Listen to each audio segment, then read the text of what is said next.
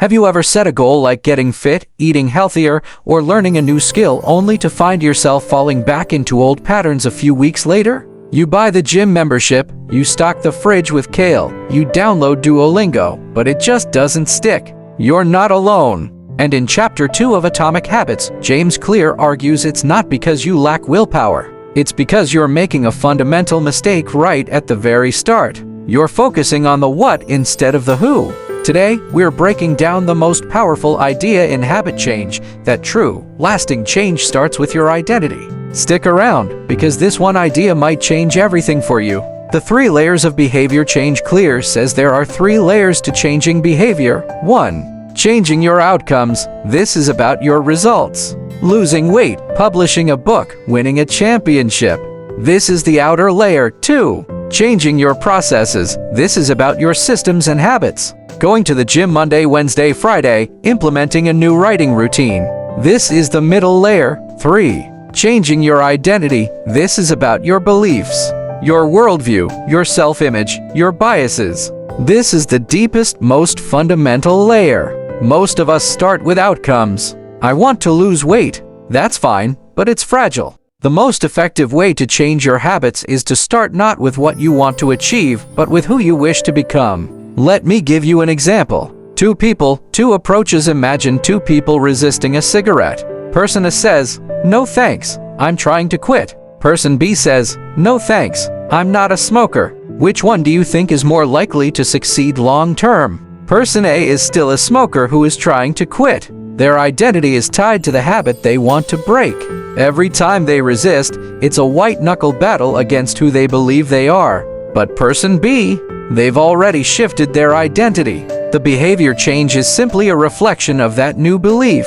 I'm not a smoker is an identity-based statement. The action not smoking is just proof of that identity. This is the core of Chapter 2. Behavior that is incongruent with your identity will not last. You can't outperform your self-image for long. Think about it. If you see yourself as a disorganized person, no planner or app in the world will fix that for long. You'll eventually revert to yourself. If you believe you're bad at math, you'll quit the moment it gets hard. Your habits are how you embody your identity. The habit feedback loop and viewer engagement. So how do you actually change your identity? It's not about affirmations. You don't just stare in the mirror and say, "I am a confident person," if you don't believe it. It works on a feedback loop.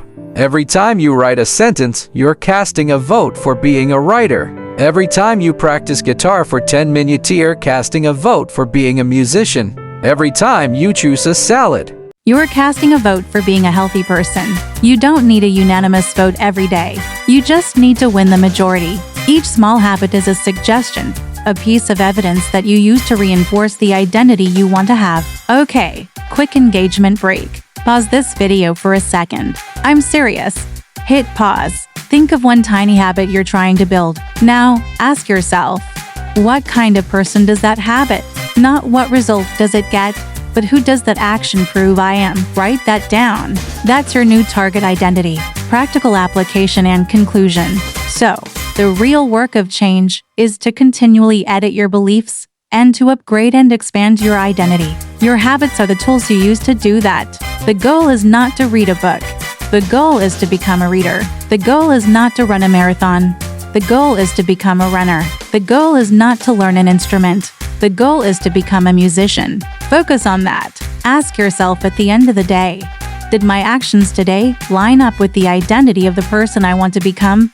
The most practical way to do this is to start small. You don't start by claiming I am a bodybuilder. You start by being the kind of person who never misses a workout.